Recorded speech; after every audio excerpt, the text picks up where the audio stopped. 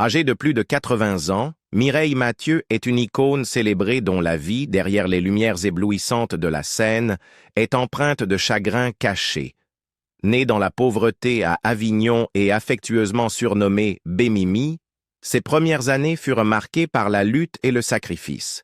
Malgré une carrière jalonnée de succès retentissants, son cœur a connu de profondes pertes, notamment le lien profond et énigmatique qu'elle partageait avec l'impresario Johnny Stark, dont le décès l'a plongée dans le deuil, déclarant « J'ai perdu ma moitié ». Plongez avec nous dans les méandres de sa vie légendaire pour dévoiler les tragiques sous-courants qui continuent de façonner son héritage. Comment le chant est devenu une bouée de sauvetage dans une enfance difficile. Dès les premiers jours de sa vie, Mireille Mathieu, affectueusement surnommée B-Mimi, dégageait une passion pour le chant qui semblait destinée à forger son avenir. Née le 22 juillet 1946 dans la petite ville d'Avignon, en France, elle était l'aînée d'une grande famille pauvre de 14 enfants. Dans un foyer où la survie quotidienne était un combat, l'amour inné de la jeune Mireille pour la musique brillait tel un rayon d'espoir au milieu des difficultés. Même toute petite, alors que camarades et enseignants la réprimandaient pour se laisser emporter par des rêveries mélodieuses, au lieu de se concentrer sur ses leçons, elle était irrésistiblement attirée par la beauté du chant. L'enfance de Mireille fut marquée par de nombreux défis. L'histoire de la famille Mathieu était profondément ancrée dans la taille de pierre, un savoir-faire transmis sur 4 générations. Son père, Roger, ainsi que son propre père, Arcade, dirigeaient un modeste atelier familial situé juste à l'extérieur de la porte principale du cimetière Saint-Véran. Cette tradition de travail acharné, de fierté et de lutte fut une constante dans sa vie. En net contraste avec la vie de Roger à Avignon, sa mère, Marcelle Sophie, arriva en tant que réfugiée de Dunkerque en 1944, portant les cicatrices émotionnelles de la guerre et des pertes. Leur union, marquée par la résilience et la détermination, prépara le terrain pour une enfance où chaque jour était une bataille contre l'adversité. Dans l'étroitesse et le chaos de leur maison, où chaque enfant luttait pour attirer l'attention et accéder aux ressources, le talent extraordinaire de Mireille pour la musique émergea tel un phare. Même toute petite, alors que ses enseignants déploraient son manque de concentration, elle se plongeait dans le chant, y découvrant un univers bien plus riche que la rigueur de l'apprentissage en classe. Cette ferveur pour la musique atteignit un moment décisif lors d'une humble veille de Noël en 1950, quand Mireille, alors âgée de 4 ans, monta sur la scène de l'église lors de la messe de minuit. Sa toute première prestation rémunérée, récompensée simplement par une sucette, devint un souvenir précieux et le symbole des promesses de l'avenir. Ce soir-là, lorsqu'elle vit plus tard la légendaire Édith Piaf se produire à la télévision, la conviction de Mireille dans le pouvoir transformateur de la musique se renforça, allumant en elle le rêve qu'un jour, elle aussi, pourrait dominer la scène. Malgré sa passion précoce, le chemin de Mireille n'a pas été facile. En difficulté à l'école primaire à cause de la dyslexie, elle dut redoubler une classe et sa gaucherie naturelle, alors considérée comme peu conventionnelle, lui valut de sévères punitions de la part des enseignants qui imposaient la conformité. Sous une pression incessante, elle apprit à écrire de la main droite, bien que sa main gauche continuât de s'exprimer par des gestes animés sur scène, témoignage silencieux de son esprit indomptable. En 1954, la situation de la famille commença à s'améliorer lorsque l'obtention d'un logement subventionné dans le quartier de Malpeigné offrit un certain soulagement à leurs conditions de pauvreté. En 1961, les Mathieu déménagèrent dans un logement plus grand dans le quartier de la Croix des Oiseaux, un changement qui eut peu d'impact sur leurs difficultés économiques. À seulement 14 ans, Mireille dut prendre une décision difficile. La poursuite de ses études n'étant plus envisageable, elle commença à travailler dans une usine locale à Montfavet. Là, au milieu du cliquetis discipliné des machines, sa voix parvint à rompre la monotonie. Pendant les pauses déjeuner et les longues heures de travail, elle chantait avec une joie qui élevait non seulement son moral, mais aussi celui de ses collègues. Sa sœur Monique la rejoignit bientôt à l'usine, et ensemble, elles endurèrent de pénibles trajets à vélo achetés à crédit, luttant contre les violentes rafales du Mistral, une période qui s'avéra plus tard essentielle pour forger sa résilience. Lorsque l'usine ferma finalement ses portes, Mireille et ses sœurs trouvèrent un emploi en tant qu'animatrices dans un camp d'été. C'est à cette époque que le destin intervint sous la forme d'une lecture de tarot par une vieille gitane, prédisant que le destin de la jeune chanteuse s'entrelacerait bientôt avec celui de la royauté. Elle côtoierait un jour roi et reine. Bien que fantastique, cette prophétie alluma une étincelle en Mireille, l'inspirant à rester concentrée sur ses rêves. Tout au long de ces années tumultueuses, la foi profonde de Mireille lui apporta réconfort et force. Catholique pratiquante, elle adopta ses convictions spirituelles et choisit Sainte Rita, la sainte des causes désespérées, comme sainte patronne. Sa grand-mère paternelle, Germaine, lui avait inculqué la conviction que Sainte Rita intercéderait pour ceux qui faisaient face à des défis insurmontables. Cette spiritualité discrète non seulement la réconfortait, mais influençait aussi subtilement sa présence sur scène. Avant chaque représentation, on pouvait la voir tracer le signe de croix, un geste simple qui renforçait son courage et la reliait à un dessein supérieur. À 13 ans, elle laissa derrière elle la salle de classe. À 16 ans, elle fut acclamée comme la seconde Édith Piaf. La carrière de Mireille Mathieu témoigne de la détermination et du pouvoir transformateur de la musique. Dans ses débuts, l'usine, un univers de discipline et de travail acharné, fut le lieu où son talent inné se fit entendre pour la première fois, émergeant au-dessus du bourdonnement des machines tel un phare indubitable, annonçant le destin qui l'attendait.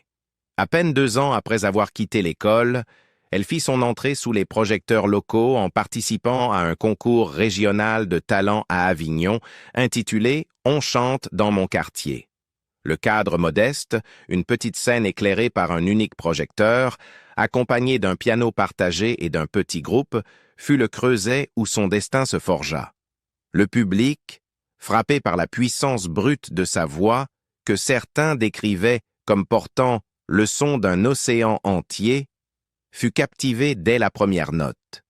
Malgré sa petite taille, mesurant 1,53 m et les difficultés inhérentes à la vie ouvrière, son allure saisissante et sa beauté unique laissèrent une empreinte indélébile. À seulement 16 ans, les juges lui donnèrent à l'unanimité le surnom de la Nouvelle Moineau, en hommage à la légendaire Édith Piaf, sans doute la plus grande chanteuse française du XXe siècle. Ce titre allait bien au-delà d'une simple reconnaissance de son talent vocal. Il saluait la flamme passionnée qui brûlait en elle, annonçant un héritage destiné à dépasser toutes les attentes locales. Le lendemain, un tournant majeur se produisit lorsque son père signa en son nom un contrat extraordinairement avantageux.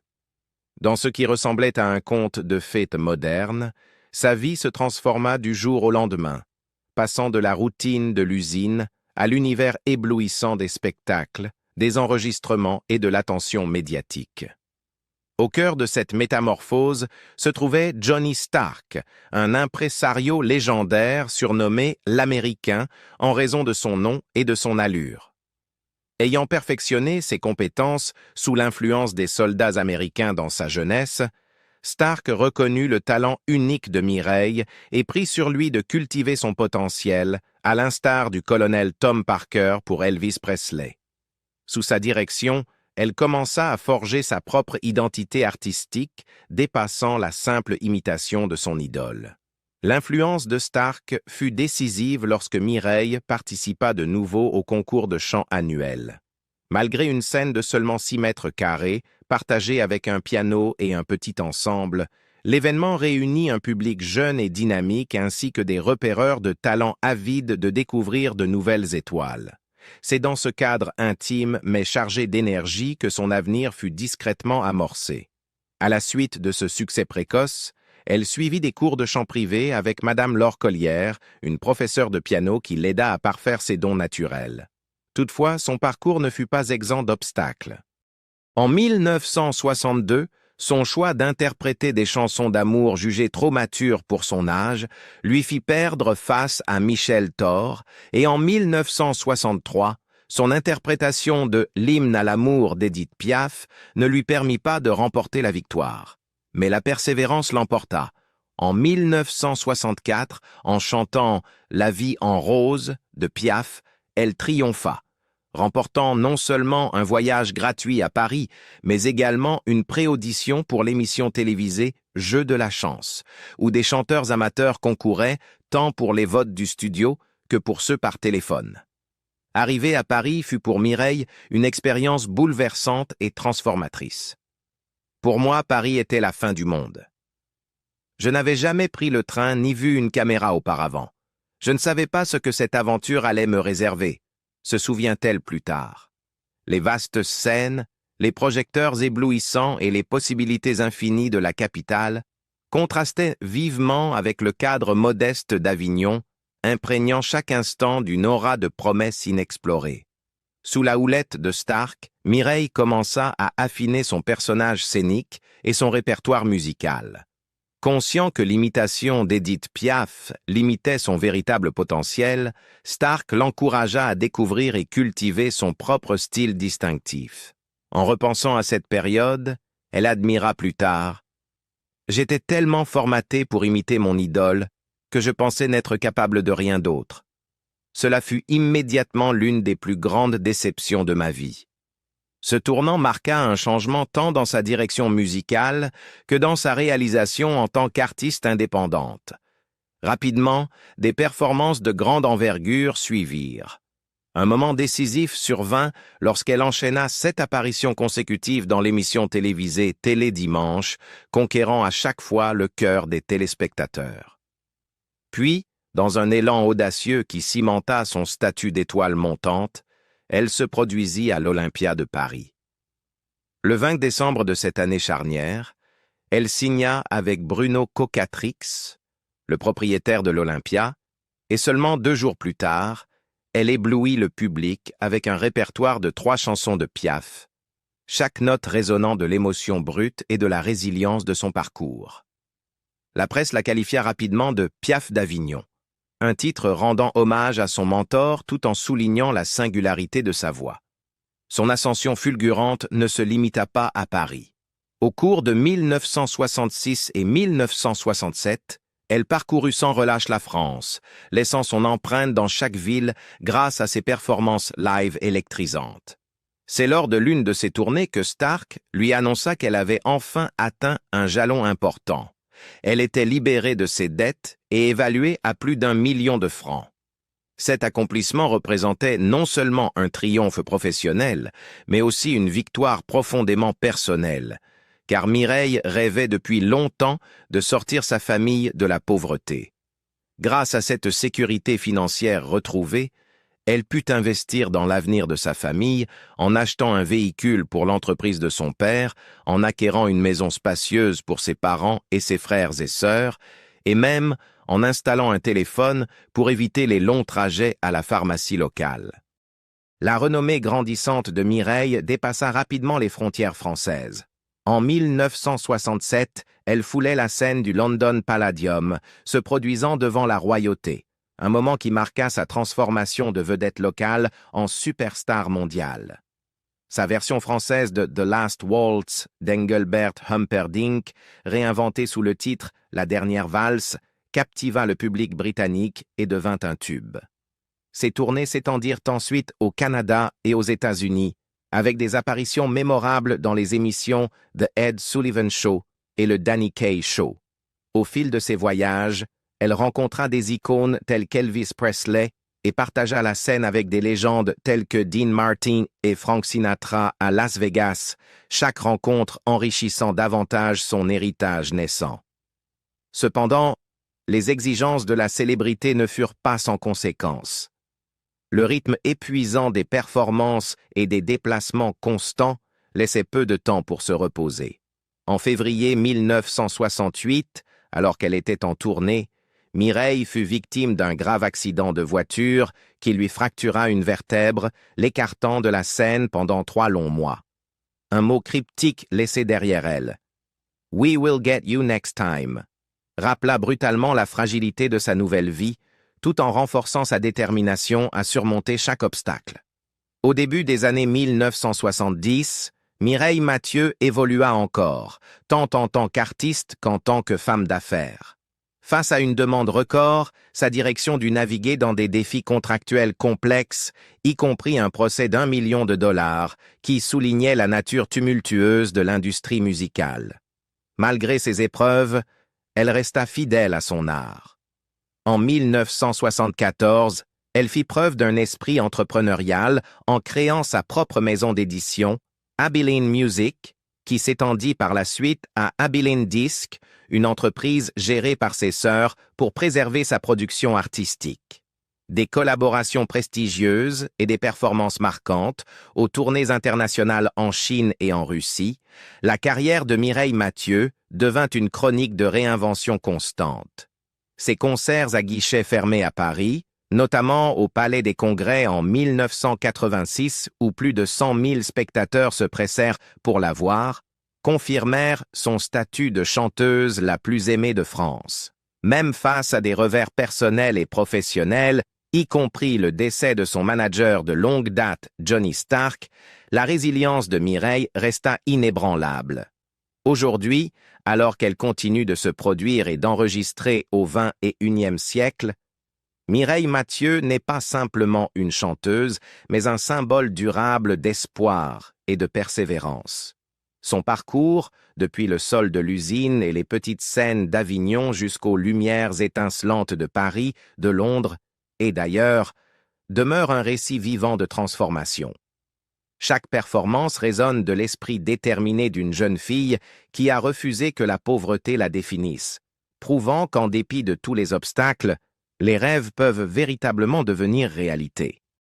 Une tapisserie de passion, de mystère et de liens non dits.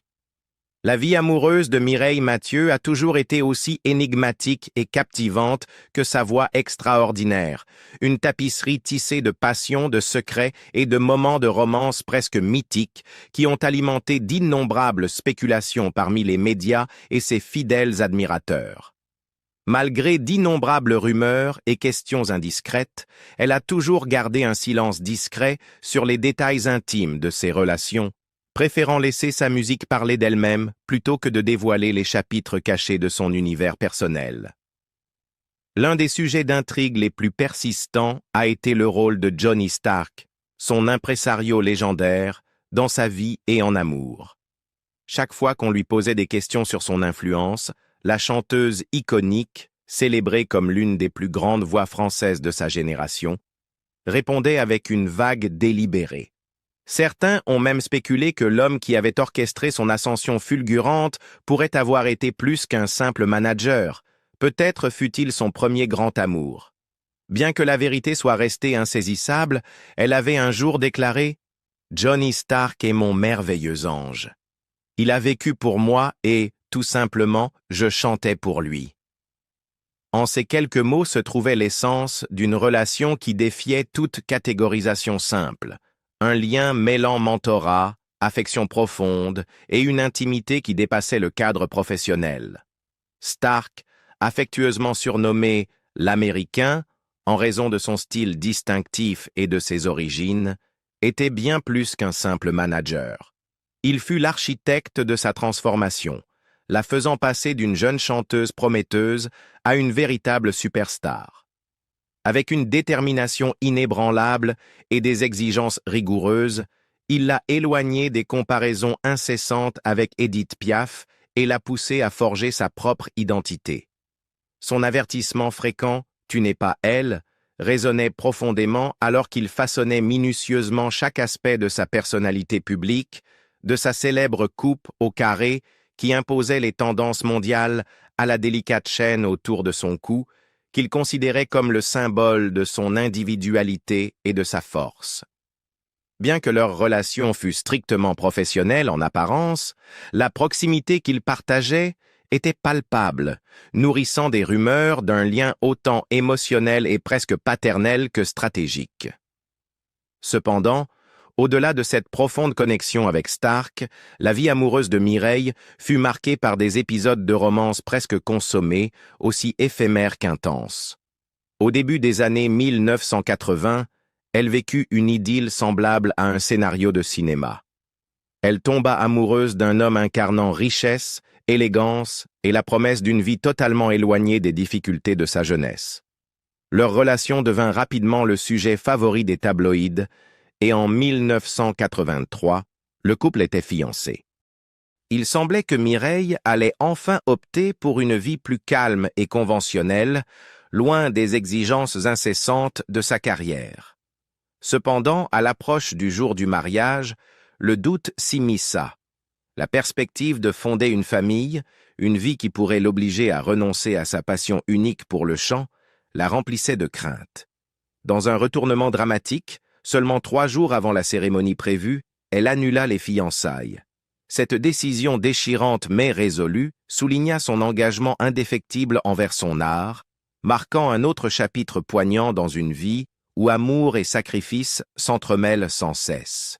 Une seconde romance importante, mais tout aussi insaisissable, émergea à la fin des années 1990 lorsque Mireille s'engagea avec Olivier Echaud-Mason, un expert renommé de Guerlain, connu pour son goût impeccable et un passé riche incluant le stylisme de l'iconique Wallis Simpson.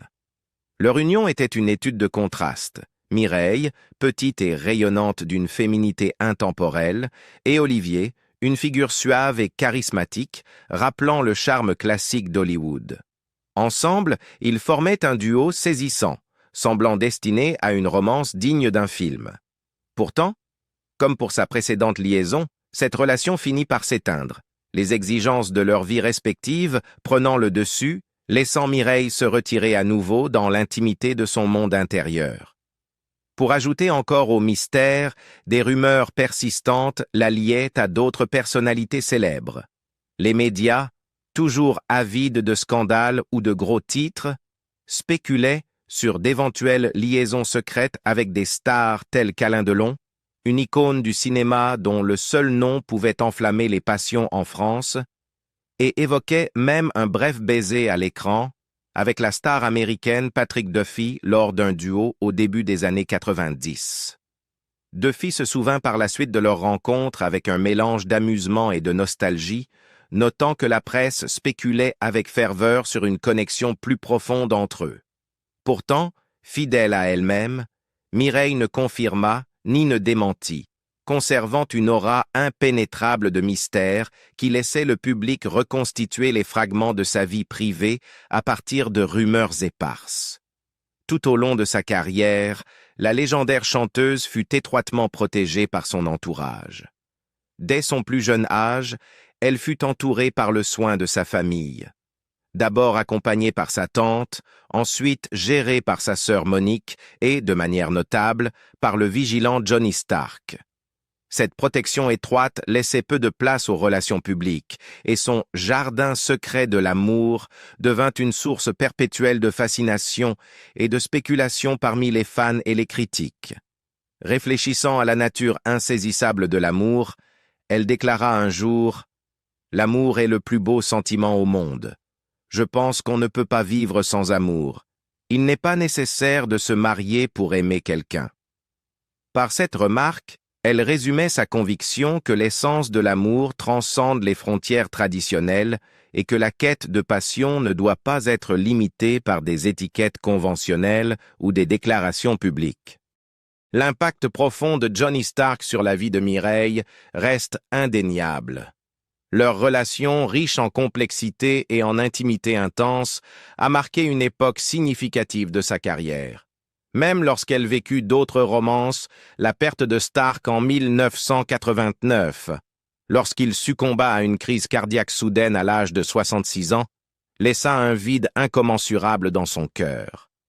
À la suite de son décès, elle confessa en larmes dans son autobiographie « J'ai perdu ma moitié », une phrase qui soulignait la profondeur de leur lien. La mort de Stark n'était pas simplement la perte d'un manager, c'était la rupture d'une connexion qui avait façonné son être. Son lieu de repos définitif dans le tombeau familial du cimetière Saint-Véran à Avignon est devenu un symbole durable de leur union inséparable. Au fil des années, alors que la renommée internationale de Mireille Mathieu montait en flèche et que sa musique touchait des millions de personnes, sa vie personnelle est restée une étude de contraste, marquée par des romances éphémères, des occasions manquées et une dévotion inébranlable à son art. Malgré l'attrait d'un amour potentiel et la douleur des opportunités manquées, elle n'a jamais laissé ses expériences éclipser son héritage créatif. Aujourd'hui, même si les décennies passent et que son statut d'icône se consolide de plus en plus, Mireille continue de croire en la possibilité de l'amour. Faisant écho à son refrain intemporel « La vie est belle », elle estime que la vie est enrichie par l'amour, une force vitale qui rend chaque instant plus précieux, même s'il reste caché au regard du public. Sa vie amoureuse énigmatique, tout comme sa musique, est une tapisserie fascinante, un mélange de passion, de mystère et d'une résilience discrète qui continue d'inspirer et d'intriguer les fans du monde entier.